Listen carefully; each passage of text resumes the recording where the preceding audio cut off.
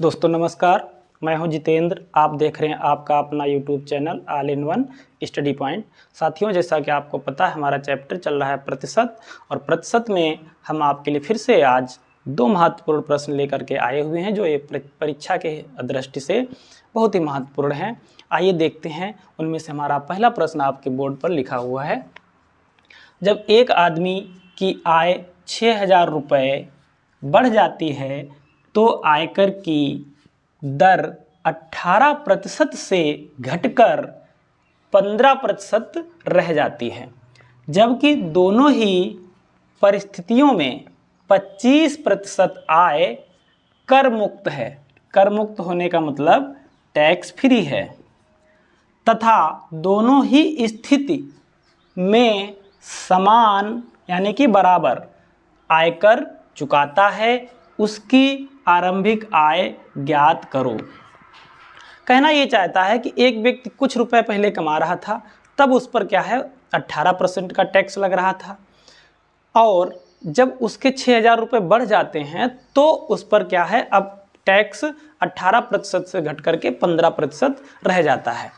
लेकिन ये बात आपको ध्यान रखनी है कि दोनों ही स्थितियों में, दोनों स्थितियों का मतलब जब पहले कुछ रुपए कमा रहा था, जब आय बढ़ी नहीं थी, अब आय बढ़ गई है जब 6,000 रुपये, दोनों ही स्थितियों में टैक्स वो बराबर ही चुका रहा है, क्योंकि पहले 18% पड़ रहा था और अब क्या है जब इनकम कम थी तो 18%, अब इनकम बढ़ गई है 6,000 रुपये तो टैक्स 15% रह गया है। ऐसे में आय टैक्स जो दे रहा है वो बराबर ही दे रहा है। तो उससे आपसे पूछा गया है कि उसकी आरंभिक आय कितनी थी, ये आपको बताना है।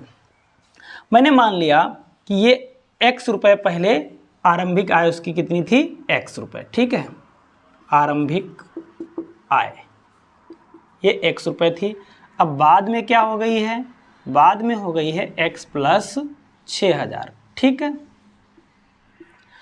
जब वो x रुपये कमा रहा था तब इस पर टैक्स कितना लग रहा था, 18%, और अब जब ये x प्लस 6,000 रुपये कमा रहा है तब इस पर टैक्स कितना लग रहा है, 15%। जब ये x रुपये कमा रहा था तब भी टैक्स फ्री कितनी आय थी, यानी कितनी आय पर टैक्स नहीं लग रहा था, 25% पर नहीं लग रहा था, तो फिर कितने पर लग रहा था, 75% पर। ऐसे ही कह रहा जब आय बढ़ गई है फिर भी 25% क्या है, आय टैक्स फ्री है। क्यों, ये लिखा हुआ है दोनों ही स्थिति में समान आयकर चुकाता है, ये भी बात है, और कह रहा दोनों ही परिस्थितियों में 25% आय टैक्स फ्री है। तो 25% जब टैक्स फ्री है तो कितने पर टैक्स लग रहा है, 75% पर, ठीक है। अब जब दोनों ही स्थितियों में समान टैक्स दे रहा है तो हम ये क्या करेंगे, इनको आपस में बराबर कर देंगे, क्योंकि दोनों ही स्थिति में समान टैक्स दे रहा है, ठीक है। अब देखते हैं, 75% से 75% कैंसिल कर देंगे।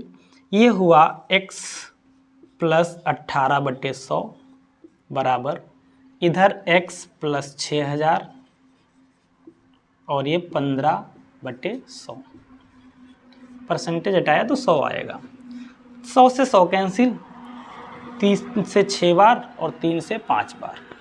ये हुआ 6x बराबर ये 5x प्लस 6 पंचे 30, ये 30,000 हुआ, ठीक है।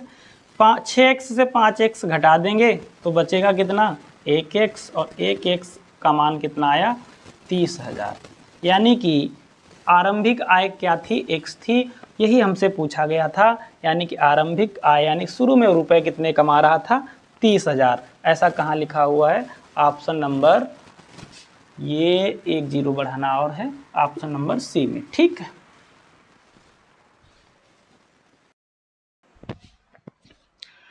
साथियों, हमारा दूसरा प्रश्न है, लिखा हुआ है एक आदमी की आय 28,800 रुपये है।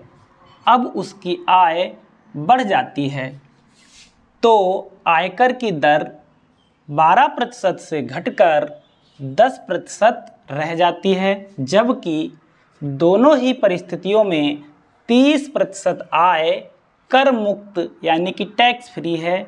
तथा दोनों ही परिस्थितियों में समान आयकर चुकाता है, उसकी आरंभिक आय में वृद्धि ज्ञात कीजिए।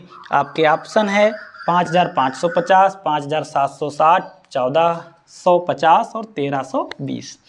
ठीक है, आइए देखते हैं कैसे इसे हल करेंगे। इसकी आरंभिक आय कितनी है? पहले की आय है 28,800। बाद की आय कितनी है? बाद की आय में वृद्धि हुई है, तो इसका मतलब है 28,800 में मैंने मान लिया x रुपए की क्या हो गई है? वृद्धि हो गई है। ठीक है, फिर इसने कहा है कि दोनों ही परिस्थितियों में 30% आय क्या है? टैक्स फ्री है। तो जब 30% टैक्स फ्री है तो कितने पर टैक्स लग रहा है? 70% पर।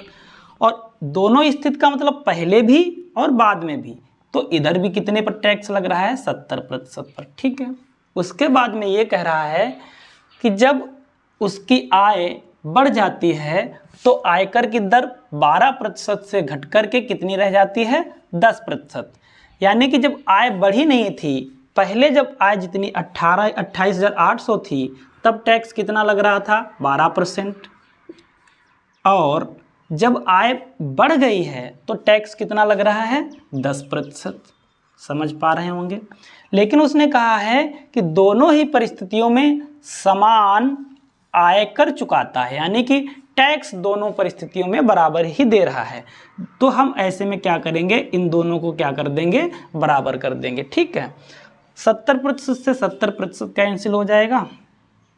अब इसे हल करते हैं। ठीक है, 28,800 गुणे 12% है, परसेंटेज हटाएंगे नीचे 100 आएगा। इधर 28,800 प्लस x, इधर भी परसेंटेज हटाएंगे तो 10/100 आएगा। 100 से 100 कैंसिल हो जाएगा। 2 से इसे 2 छंग 12 और 2 पंचे 10। ठीक है, 28,800 प्लस 6 बराबर ये 28,800 प्लस x और ये गुणे 5। अब इसको कैलकुलेट करना है। कैलकुलेशन करने के लिए आपको समझना होगा। देखिएगा, मैं थोड़ा यहाँ पर चीज़ों को आसान बनाता हूँ। 5 से इधर गुणा करेंगे तो ये गुणे 5 और प्लस ये 5x। ठीक है, अब ये भी गुणे का निशान है। इस 6 को मैं क्या लिख सकता हूँ? मैं लिख सकता हूँ 28,800 गुणे, इसको लिख सकता हूँ 5 प्लस 1। ठीक है, ये 28,800 गुणे 5 प्लस 5x। ठीक, जब मैं 28,800 की इधर गुणा करूँगा तो ये हो जाएगा 28,800 गुणे 5 प्लस इस 2800 की 1 में गुणा होगी 28,800 बराबर 28,800 गुणे 5 और प्लस 5x। ठीक है, 28,800 गुणे 5, 28,800 गुणे 5 ये कैंसिल हो जाएगा। 5x बराबर क्या बचेगा? 28,800। ठीक है, तो ये 5x बराबर जब 28,800 तो 1x की वैल्यू निकालोगे तो 5 से इसे कैंसिल कर देंगे। 5 बचे 25, 3 बचेगा, यहाँ पर 38 हुआ, 5 सते 35, यहाँ पर आपका फिर से 3 बचेगा, 30 हुआ, 5 छिक्का 30, 1 0, यानी कि x का मान कितना आ जाएगा? 5,760। ऐसा कहाँ लिखा हुआ है? ऑप्शन नंबर बी में। ठीक है, उम्मीद है दोनों प्रश्न आपको समझ में आए होंगे। हमारे वीडियो को ऐसे ही देखते रहिए और आगे शेयर करते रहिए।